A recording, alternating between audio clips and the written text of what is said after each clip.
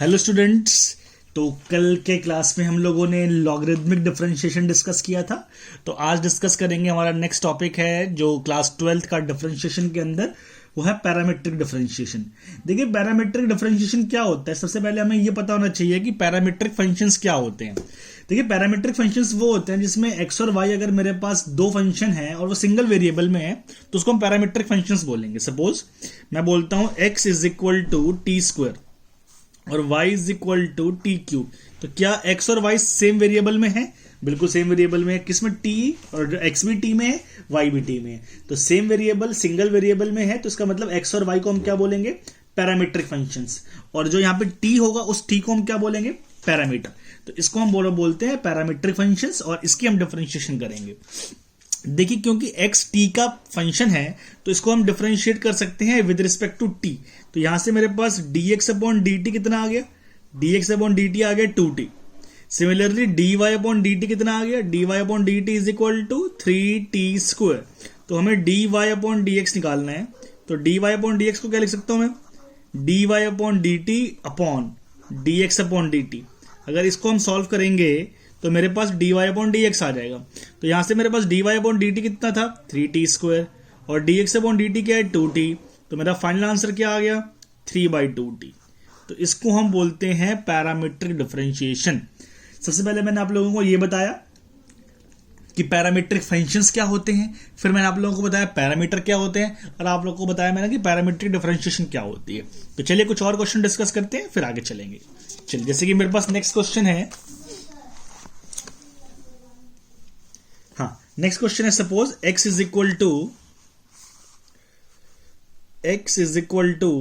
a into theta minus sine theta. Similarly y is equal to a into 1 minus cos theta.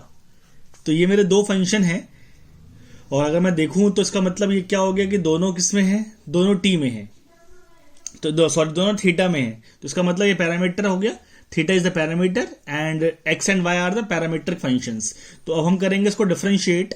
तो अगर मैं dx upon d theta निकालता हूं, dx upon d theta, तो a तो constant है मेरा थीटा की 1 और साइन थीटा की कॉस थीटा। सिमिलरली अगर मैं फाइंड करता हूं dy अपॉन डी थीटा, तो a तो a रहेगा 1 की 0 और माइनस कॉस थीटा की प्लस साइन थीटा। तो यहां से मेरे पास dy अपॉन डी एक्स क्या आ गया? dy अपॉन डी थीटा, इसका मतलब a sign theta upon a into 1 minus cos theta. तो a ने a को कैंसिल कर दिया। तो यहां से मेरे पास अगर मैं देखूं तो dy अपॉन डी एक्स की वैल्यू कितनी आ रही है? dy upon d x is equal to sine theta upon 1 minus cos theta. तो आप लोगों ने क्लास 11th में सब मल्टीपल एंगल्स पढ़े हुए हैं। तो सब मल्टीपल एंगल में वहां पे फॉर्मूला गिवन था कि a साइन थीटा का फॉर्मूला होता है 2 sine theta by 2 cos theta by 2, और सिमिलरली 1 माइनस कॉस थीटा का फॉर्मूला होता है 2 साइन स्क्वायर थीटा बाई 2। तो 2 ने 2 को कैंसिल किया, साइन ने साइन को कैंसिल किया, तो आंसर मेरे पास कितना आ गया? tan theta by 2। तो ये मेरा आंसर आ गया। तो इस टाइप की जो भी डिफरेंशिएशन को करेंगे उसको हम बोलेंगे पैरामीट्रिक डिफरेंशिएशन। चलिए कुछ और क्वेश्चन डिस्कस करते हैं। सपोज मेरे पास अब क्वेश्चन है x is equal to a cos cube t। Similarly y is equal to a sin cube t। Find dy upon dx। तो फिर से हमारे पास वही तरीका है। क्या तरीका? कि सबसे पहले हम dx अपॉन dt फाइंड करते हैं। तो dx अपॉन dt कितना आ रहा है? a cos क्यूब t की differentiation 3a cos square t cos t की sin t, लेकिन नेगेटिव के साथ। ऐसे अगर मैं dy अपॉन dt निकालता हूं तो dy अपॉन dt कितना आ रहा है? 3a sin square t into cos t। तो ये मेरी डिफरेंशिएशन हो गई है। अब दोनों को हम डिवाइड कर देते हैं तो मेरे पास dy अपॉन dx आ जाएगा। तो अगर दोनों को हम डिवाइड करते हैं तो dy अपॉन dx कितना आएगा? ऊपर है मेरे पास 3a sine square t into cos t upon minus 3a cos square t into sine t। 3a ने 3 को कैंसिल किया, एक कॉस ने एक साइन ने साइन को, तो आंसर कितना आ गया? अगर हम डिवाइड करते हैं तो answer is equal to minus tan t। तो ये मेरी डिफरेंशिएशन हो गई है कि हमने कैसे इस क्वेश्चन को सॉल्व किया है। चलिए कुछ और क्वेश्चन डिस्कस करते हैं। जैसे सपोज मेरे पास अगला क्वेश्चन है x is equal to under root a sine inverse t. Similarly y is equal to under root a cos inverse t. Find dy upon dx. देखिए इस क्वेश्चन का जो एक आसान तरीका है वो तो सिंपल है कि आप पहले रूट की डिफरेंशिएशन कर दो. रूट एक्स की क्या होती है 1/2 रूट एक्स, फिर a पावर x की कर दीजिए a power x log a, और फिर साइन इनवर्स t की कर दीजिए 1/√1 माइनस टी स्क्वायर. सिमिलरली हम कॉस को भी कर सकते हैं, लेकिन मैं इस तरीके से नहीं करूंगा, हम एक आसान तरीके से करते हैं. अगर मेरे पास x की वैल्यू ये है तो यहां से आप मुझे बताइए x स्क्वायर की वैल्यू कितनी आ गई. x स्क्वायर की वैल्यू आ गई a sign inverse t. Similarly y square की वैल्यू कितनी आ गई मेरे पास a कॉस इनवर्स t. अगर मैं दोनों को मल्टीप्लाई कर देता हूं तो x square into y square is equal to कितना आएगा मेरे पास, ये दोनों मल्टीप्लाई हो जाएंगे. तो मल्टीप्लाई का मतलब बेस सेम तो पावर ऐड, तो a power sine inverse t plus cos inverse t.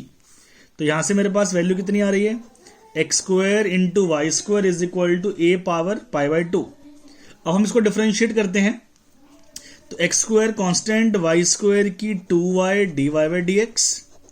Similarly y square constant x square की 2x a पावर π/2 की 0. आप इसको उधर लेके जाते हैं तो मेरे पास dy अपॉन dx आ रहा है minus y square into 2x upon x square into 2y.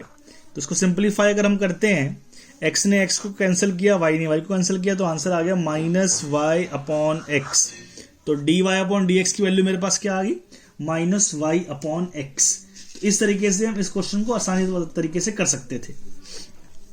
जैसे कि हम लोगों ने एक लास्ट क्वेश्चन डिस्कस किया था a cos cube t a sin cube t. अगर मैं वापस जाता हूं उस क्वेश्चन पे, जैसे सपोज ये क्वेश्चन है कि x is equal to a cos cube t, y is equal to a sin cube t, find dy upon dx. तो अब ये भी बोल सकता है कि find dy by dx at theta is equal to π/4. तो at theta is equal to π/4 का मतलब क्या हुआ कि आप लास्ट में π/4 पुट कर देंगे.